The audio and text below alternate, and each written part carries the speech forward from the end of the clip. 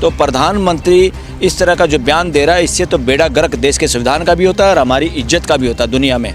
बटेंगे तो कटेंगे जो ये नारा है, मैं ये कह रहा हूँ।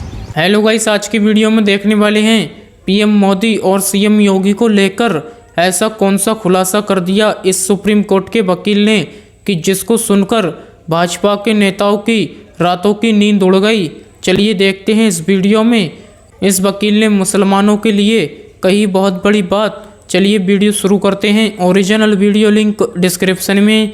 अगर आप हमारे चैनल पर पहली बार आए हैं तो चैनल को जरूर सब्सक्राइब करें, वीडियो लाइक करें, वीडियो को ज़्यादा से ज़्यादा शेयर करें। चलिए अब वीडियो शुरू करते हैं। तो प्रधानमंत्री इस तरह का जो बयान दे रहा है, इससे तो बेड़ा गर्क देश के संविधान का भी होता है और हमारी इज्जत का भी होता है दुनिया में। बटेंगे तो कटेंगे जो ये नारा है, मैं ये कह रहा हूँ, पूरी मानव जाति एक नहीं होगी, संप्रदायों के चक्कर में उलझती रहेगी और इस तरह सांप्रदायिक नेताओं के और इनकी वोट की पॉलिटिक्स में बटे रहोगे तो ये खुद ही कटवा देंगे आपको एक दूसरे से लड़ा के। इसलिए बटेंगे तो कटेंगे का मीनिंग ये है कि पूरी मानव जाति एक जाति है। पूरे 140 करोड़ भारत के लोग भारत के नागरिक हैं, यहीं के बेटा बेटी हैं। इसलिए बटने की और कटने की बात किसके दिमाग में शरारत कहाँ से आई है, इसका मकसद क्या है, वीडियो क्या को पूरा करना जरूर चाहते हैं। देखें, वीडियो आगे इमीडिएट शेयर भी सारे करें। बोर्ड फेंक देने चाहिए पढ़वा के इलेक्शन कमीशन को जहाँ भी लगे हैं और इस बयान पे FIR दर्ज करनी चाहिए। ये बयान लोकतंत्र के अंदर इसके लिए कोई जगह नहीं है। पर बांटने से रोकने की बात वो कह रहे हैं कि बटने की क्या जरूरत है। हाँ, तो फिर किसको बटने की जरूरत है? जब पूरा देश का समाज बटेगा नहीं तो कौन किसको काटेगा, क्यों काटेगा? काटने की बात आई कहाँ से है ये? इसका इशारा लोग सब समझते हैं, पूरा देश समझता है ये क्या कहना चाहते हैं। ये मूर्ख बना के इस देश के उन लोगों को जिनके हकों की हकमारी इस देश में अभी तक चालू है और जिसमें वर्णवादी मानसिकता इस देश पे हावी है, और जो चाहे जुडिशरी में हो, चाहे पॉलिटिक्स में हो, चाहे व्यापार में हो, हर जगह चाहे जल जंगल ज़मीन पे कब्जा हो, जहाँ पे पूरे देश की सत्ता और संपत्ति पे कब्जा रखने की जो मानसिकता वो काम कर रही है। कह रहे हैं कि जातियों में बांटकर कमजोर करना चाहते हैं कुछ ना राजनीतिक दल, और जातियों में बटोगे तो आप कटोगे, कमजोर हो जाओगे। फिर जितने वर्णवादी ग्रंथ हैं, जितने जातिवादी ग्रंथ हैं, उनको जलाओ ना, उनको जलाने की उनकी होली जलाओ, ये घोषणा करनी चाहिए इन लोगों को। जो ज़्यादा ठेकेदार बनते हैं एकता के लिए, तो जिसमें भी संप्रदाय की बात है, जिसमें भी जाति की बात है, जिन ग्रंथों में, कहानियों में, चाहे रिलीजियस ग्रंथों में, उनकी होली जलाओ देश में, तब मानेंगे ये सही आदमी है। वरना ये फ्रॉड कर रहे हैं लोगों के साथ, लोगों की मानसिकता के साथ खेल रहे हैं, लोगों को बेवकूफ़ बनाने की साजिश है। 21वीं सदी में इस तरह के बेहुदे बयान और बेहुदी राजनीति के लिए कोई जगह नहीं।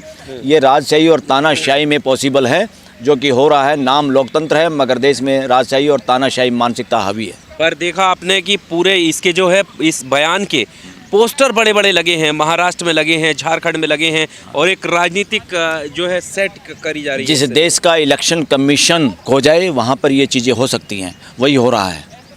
जैसे इमरजेंसी में जुडिशरी नपुंसक हो गई थी इस देश की, तो देश के लोगों का फंडामेंटल राइट टू लाइफ, जीने का अधिकार को भी 5 जजों में से 4 जज ने ये कहा कि इमरजेंसी में लोगों का जीने का अधिकार भी छीन सकती है सरकार, उसका कोई मायने नहीं है।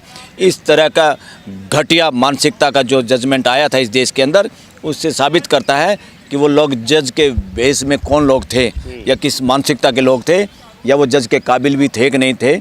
इसी तरह आज के पॉलिटिशियन या पॉलिटिक्स के काबिल भी हैं या नहीं है, जो देश को बांटने की बात करते हैं, कटने काटने की बात करते हैं, रंग और झंडों की बात करते हैं। This is nonsense. ये नहीं चलेगा, इस देश में नहीं चलेगा। अभी कुछ लोगों को मूर्ख बना सकते हैं, लोगों को डर और लालच के साथ ये लोग कंट्रोल करना चाहते हैं। वो मानसिकता कोई भी है, उस तरह की मानसिकता बीजेपी में हावी है और RSS का सपोर्ट है। दूसरी पॉलिटिकल पार्टी के भी कुछ नेताओं में ये बीमारियां हैं। ये मानसिकता है, यहाँ इंडिविजुअल की बात करने की ज़रूरत नहीं। ये मानसिकता के लिए कोई जगह नहीं। मानव जाति को अगर खुशहाल रहना है, अपने बच्चों का भविष्य और नई पीढ़ियों को ज़िंदा रखना है देश में और दुनिया में, तो इस तरह के बेहुदा बयान देने वालों पे, इस तरह की बेहुदा मानसिकता वाले लोगों को किसी भी सदन में भेजने की ज़रूरत नहीं है। इनको समझाने की ज़रूरत है, इनको शिक्षा की ज़रूरत है। जब योगी आदित्यनाथ महाराष्ट्र की जनसभा को संबोधित करते हुए कहते हैं कि उत्तर प्रदेश में जाकर देख लो कि अब कोई सड़क पर नमाज नहीं पढ़ता, अब जो 5 टाइम वो चीख चिल्लाहट होती थी वो बंद हो गई, यानी एक तरीके से वो विकास अपना गिनाते हुए नजर आते हैं। ये बहुत ही छोटी सोच की मानसिकता है। अगर हम किसी को कहें कोई सड़क पे नमाज नहीं पढ़ता, इसमें कोई वो नहीं। इस देश की सड़कें सांप्रदायिक कामों के लिए नहीं हैं, मगर वो सब पे नियम बराबर लागू होता है। वो खाली मुसलमान पे लागू नहीं होता, वो चाहे हिंदू है, सिख है, ईसाई है, बौद्ध है, कोई भी है। इसका मतलब है सड़क पे तो कोई भी कार्यक्रम किसी का नहीं होना चाहिए। ये अगर सांप्रदायिक कार्यक्रम है तो अपनी जो जगह है वहाँ करो, या जो अपने घरों में करो। देश की सड़कें, देश के हाईवे सांप्रदायिक ठिकानों के लिए, सांप्रदायिक गतिविधियों के लिए नहीं बने हैं। इस देश की मानव जाति को भाईचारे के साथ जीने के लिए और अपनी अपनी प्रोग्रेस करने के लिए और देश में सहयोग और भागीदारी करने के लिए बने हैं। पर एक के बाद एक इस तरह के बयान आना, जैसे पहले पिछले जब विधानसभा चुनाव हुए तो 80 बनाम 20 का बयान योगी आदित्यनाथ ने दिया था, अब फिर एक बयान ऐसा आ जाना, तो इस पर सब पे कंट्रोल कैसे लगेगा? कंट्रोल तो कॉन्स्टिट्यूशनल कोर्ट लगा सकती हैं। तो सबसे बड़ी संवैधानिक संस्था एक है जिसकी ड्यूटी है लगातार उसको यही काम करना है कि देश के लोगों के अधिकारों की सुरक्षा हो, उनका हनन ना हो, और देश में सारा काम कानून के हिसाब से, सिस्टम ऑफ लॉ हो और संविधान के हिसाब से देश के सारे काम चलें और सारे कार्यक्रम हों देश के। मगर अब ये काम तो हाई कोर्ट सुप्रीम कोर्ट का है। हाई कोर्ट सुप्रीम कोर्ट के जजों में हिम्मत ही नहीं बची हुई है, कोई दिखाई नहीं दे रहा। क्यों नहीं बची हुई है? संविधान लागू है। अरे इसलिए नहीं बची हुई है। आदमी में हिम्मत कहाँ से आएगी? जज की कुर्सी बैठने से हिम्मत थोड़ा आती है। आदमी कमज़ोर है मानसिक तौर से, या सिफारिश से बने हुए लोग जज हैं, या किसी खास मानसिकता के लोग जज हैं, तो वो कैसे करेंगे काम? इंडिपेंडेंट जुडिशरी का क्या मतलब होता है? इंडिपेंडेंट जुडिशरी का मतलब पहले तो आदमी आज़ाद है, किसी का गुलाम नहीं है कि किसी ने मुझे जज बनवाया है या किसी को रिटायर होने के बाद मुझे कोई नौकरी मिल जाएगी। अगर इस तरह की मानसिकता के लोग जजों के रूप में होंगे तो जुडिशरी तो नपुंसक हो ही जाएगी। और वही देखने को मिल रहा है। और क्या हो रहा है देश में? वरना इस तरह के बयान लोकतंत्र में संभव नहीं है। लोकतंत्र इनकी इजाज़त ही नहीं देता। लोकतंत्र सांप्रदायिक ताकतों का हावी होना और इस तरह के उलझुल बयान होना, ये लोकतंत्र का विनाश है, ये लोकतंत्र के लिए खतरनाक है, ये संविधान की हत्या है। पर इसको ये कैसे माना जाए कि ये गैर संवैधानिक है?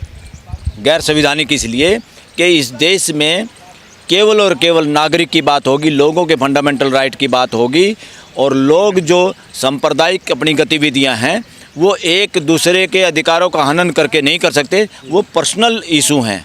इसलिए पर्सनल इशू को आप अपने घर में कर सकते हैं, अपने एक चारदीवारी में कर सकते हैं। वो जितना मुसलमान पे लागू होता है उतना हिंदू पे लागू होता है, उतना ईसाई पे लागू होता है, उतना बौद्ध पे होता है, इतना XYZ पे लागू होता है।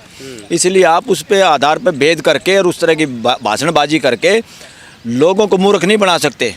रिजर्वेशन की बात कर रहे हैं, मैंने बयान पढ़ा था, कोई रिजर्वेशन की बात करी है प्राइम मिनिस्टर ने कहीं झारखंड में, ये आदिवासियों का आरक्षण खाना चाहते हैं। अरे आप तो आदिवासियों के जल जंगल जमीन खाना चाह रहे हो, खा लिए हैं। जहाँ ग्राम सभा को पावर थी कि क्या वहाँ डेवलपमेंट होना चाहिए कि नहीं होना चाहिए, आप लोग उस कानून को की धज्जियाँ उड़ा रहे हो। और आप जो पंचायती राज को लागू करने की बात कर रहे हो, पूरे देश के आपके जहाँ बीजेपी की सरकार है वहाँ भी, और जहाँ दूसरे लोगों की सरकार वहाँ भी काला कानून है हर राज्य में। वो क्या काला कानून है? सरपंच, पंच, नगर पालिका, एक नगर परिषद, जिला परिषद, ब्लॉक समितियाँ और आपके नगर निगम जो भी हैं, इनके पार्षद, सबको सस्पेंड करने का अधिकार डीसी के पास है। और डीसी उसी तरह से इनको डरा के रखता है जैसे अंग्रेज़ों के समय में डीसी काम करता था, प्यादे के रूप में अंग्रेजी हुकूमत का। आज भी वही कानून, काले कानून है इस देश में, और देश की संस्थाएं संवैधानिक हो चुकी है। मगर MLA और MP की वाली जो जिस तरह ट्रीटमेंट उनको दिया जाता है, इन नीचे की जो असली डेमोक्रेसी, देश के जनतांत्रिक जो लोग हैं, जो पदाधिकारी हैं नीचे ग्राम पंचायतों में, नगर पालिकाओं में, नगर परिषदों में, जिला परिषदों में, इनको सस्पेंड करने के अधिकार पूरे देश में है। इसकी बात क्यों नहीं करते प्राइम मिनिस्टर? इस काले कानून को कब ख़त्म करेंगे? ये जब ख़त्म होगा तो लोग दिल्ली और चंडीगढ़ और जयपुर में नहीं घूमेंगे किसी की टिकट लेने के लिए। फिर इन गले सड़े नेताओं की, दकियानूसी घटिया बयानबाजी वाले नेताओं की कोई चमचागिरी नहीं करेगा इस देश के अंदर। जब हर सरपंच, पंच, ब्लॉक समिति का मेंबर, चेयरमैन, जिला परिषद, नगर पार्षद मजबूत होंगे, ये MLA MPओं का अकल ठिकाने आ जाएगी देश में। लोकसभा चुनाव जब देश में चल रहे थे तो प्रधानमंत्री नरेंद्र मोदी का एक बयान काफ़ी सुर्खियों में रहा था, जब उन्होंने कहा था कि मंगलसूत्र तक नहीं छोड़ेंगे, घुसपैठिए जो है जिनकी जनसंख्या ज़्यादा है वो आपके प्रॉपर्टी को हथिया लेंगे, इस तरीके का बयान था। अब ऐसा ही बयान जो है झारखंड में उन्होंने दिया है कि रोटी, बेटी और माटी, ये घुसपैठिए आपकी छीन लेंगे। ये तो बयान उसी तरह से है, ये देश की जनता को अपना मदारी का बंदर समझ रहे हैं कि मैं जैसे डुगडुगी बजाऊंगा, हम जैसे डुगडुगी बजाएंगे। ये देश की जनता ये बंदर है, ये बंदरों की तरह ऐसे ही नाचेंगे, इसी तरह से हमारे कहने से डर के मारे लालच में हमें वोट दे देंगे और हम सत्ता में बैठ जाएंगे। फिर इनको हम जूते मारेंगे जैसे मर्जी, फिर हम इनको इकट्ठे नहीं होने देंगे, जंतर मंतर पर धरने अपनी बात भी नहीं कहने देंगे, लोगों को इकट्ठा भी नहीं होने देंगे। लोग अपनी बात रखना चाहेंगे उनको पकड़ा जाएगा। इवन जो आपका लद्दाख का भी जो आदमी था, क्या सोनम वांगचुक जैसा आदमी, उसको भी इन्होंने कैद रखा है यहाँ पे। तो देश के लोगों की ऐसी की तैसी कर दी। ये राजशाही और तानाशाही मानसिकता के लोग हैं। देश के लोगों को अभी भी जागना होगा। क्या आज के वक्त में भी हम ये माने कि देश की जनता को खतरा है घुसपैठियों से, जैसे प्रधानमंत्री डरा रहे हैं, बता रहे हैं? क्या लगता है आपको? नहीं, सबसे ज़्यादा खतरा इसी टाइप के पॉलिटिशियन से हैं। ये प्रेजेंट तो ख़राब करेंगे, फ्यूचर की पीढ़ियों को भी जीने लायक नहीं छोड़ेंगे, इतनी दुश्मनी बढ़वा देंगे लोगों के बीच में।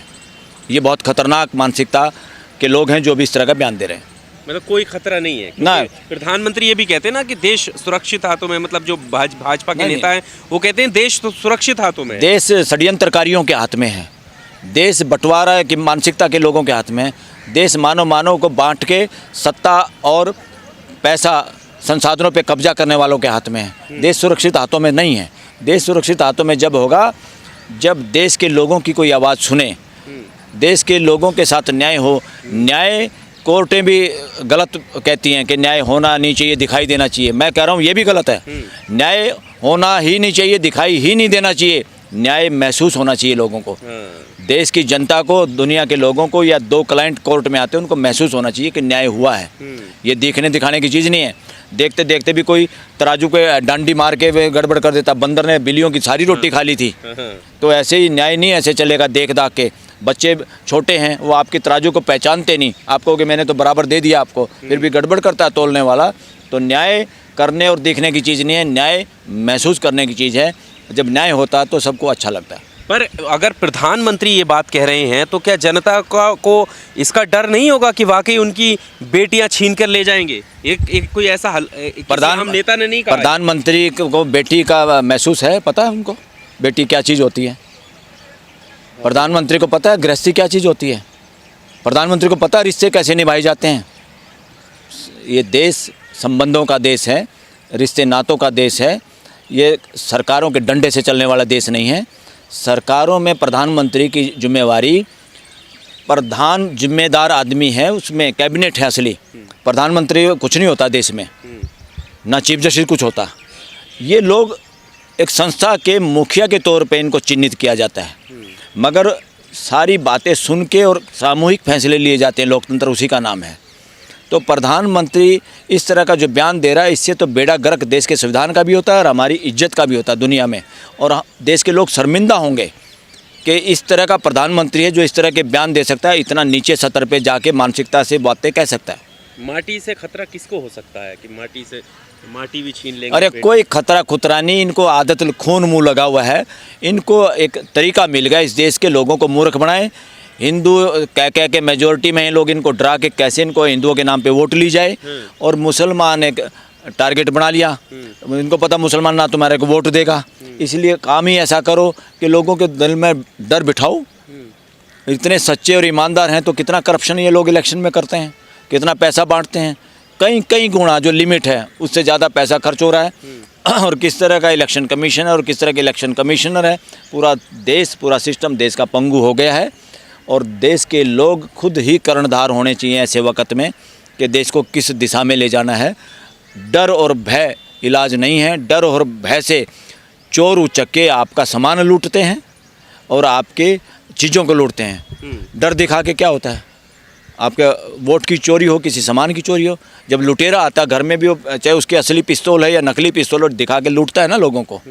तो ऐसे ही लालच से और डर से लोगों को लूटते। ट्रेन में लालच दे के लूटते ना, किसी को नकली जेवर सोना कह के लोग बेच देते हैं। इसलिए ये उस मानसिकता के लोग हैं जो डर और लालच से देश के लोगों की सबसे बड़ी संपत्ति वोट को लेना चाहते हैं, चोरी करना चाहते हैं, उसके साथ ठगी करना चाहते हैं। देश के लोगों को सावधान होने की जरूरत। अगर वाकई प्रधानमंत्री की ये बात मानी जाए कि देश के बेटियों को खतरा है या माटी को खतरा है घुसपैठियों से, तो घुसपैठियों को रोकने का काम किसका है? अरे भाई 10 साल में अभी भी खतरा है तो क्या कर रहे हो? आपको तो वैसे इस्तीफा दे देना चाहिए। देश की जनता को इस्तीफा मांगना चाहिए ऐसे आदमियों से। 10 साल से आप ये एक ही बात का, एक ही मुद्दे, अलग अलग बातें बना के आप बातें कर रहे हो। आप ये नहीं कर सकते। और ये सारा का सारा समीकरण नफ़रत फैलाने का, नफ़रत फैलाने के लिए कोई भी कानून नहीं है और कोई भी जगह नहीं है डेमोक्रेसी में। और रिलीजन के नाम पर, जातियों के नाम पे भाषणबाजी करके इस देश को और तोड़ने की कोशिश है और लोग इस ठगी का शिकार हो रहे हैं। कहीं एक बनाम अन्य करके, कहीं एक जाति करके अन्य जाति करके, जब ये सारा नहीं चलता, जहाँ ये चलता वहाँ चलाते हैं, जहाँ ये नहीं चलता वहाँ पे हिंदू मुसलमान चलाते हैं। इससे खतरनाक मानसिकता के लोगों का इतने लंबे समय तक सरकार में रहना देश के फ्यूचर के लिए बहुत खतरनाक साबित होगा। आप लोग फ्यूचर में देखना। राजनीति में इन बयानों का कोई नुकसान, कोई फ़ायदा या किसको मिल सकता है? आपको क्या लगता है? अरे इसको फ़ायदा मिलेगा जब भी तो ये लोग ऐसी बातें कर रहे हैं। ये लोगों को मूर्ख बनाना चाहते हैं। लोगों की समझ आप ये अफीम है उन लोगों के लिए जिनको एंटी मुस्लिम करके आपको आज हिंदू बनाना चाहते हैं लोग। काहे के हिंदू हैं। आरएसएस का आज तक उसका मुखिया एक ब्राह्मण को छोड़ के दूसरा आदमी नहीं बना। एक बार किसी ठाकुर को बनाया था। क्या है ये? क्या संगठन नहीं है? क्या ये डेमोक्रेसी को जानते हैं? क्या ये डेमोक्रेसी के लिए काम करेंगे? और उन्हीं का बच्चा है ये बीजेपी। वहीं से ये क्लास ले के आते हैं। बीजेपी वाले तो कहते हैं हमने राष्ट्रपति तक बना दिए आदिवासी। राष्ट्रपति बना दी और उतनी बेइज्जती तो राष्ट्रपति की कभी नहीं हुई। पार्लियामेंट राष्ट्रपति के अंडर में आता है। उसका उद्घाटन तो दूर, उसमें शामिल भी नहीं होने दिया उसको। इतना अपमान, कंटेम्प्ट राष्ट्रपति के पद की कभी नहीं हुई देश के अंदर। चलिए वीडियो यहीं पर ख़त्म करते हैं। अगर आप भी ऐसी वीडियो देखना पसंद करते हैं तो हमारे चैनल को ज़रूर सब्सक्राइब करें, वीडियो लाइक करें, वीडियो को ज़्यादा से ज़्यादा शेयर करें। थैंक्स फॉर वॉचिंग और अपनी राय कमेंट में ज़रूर दें।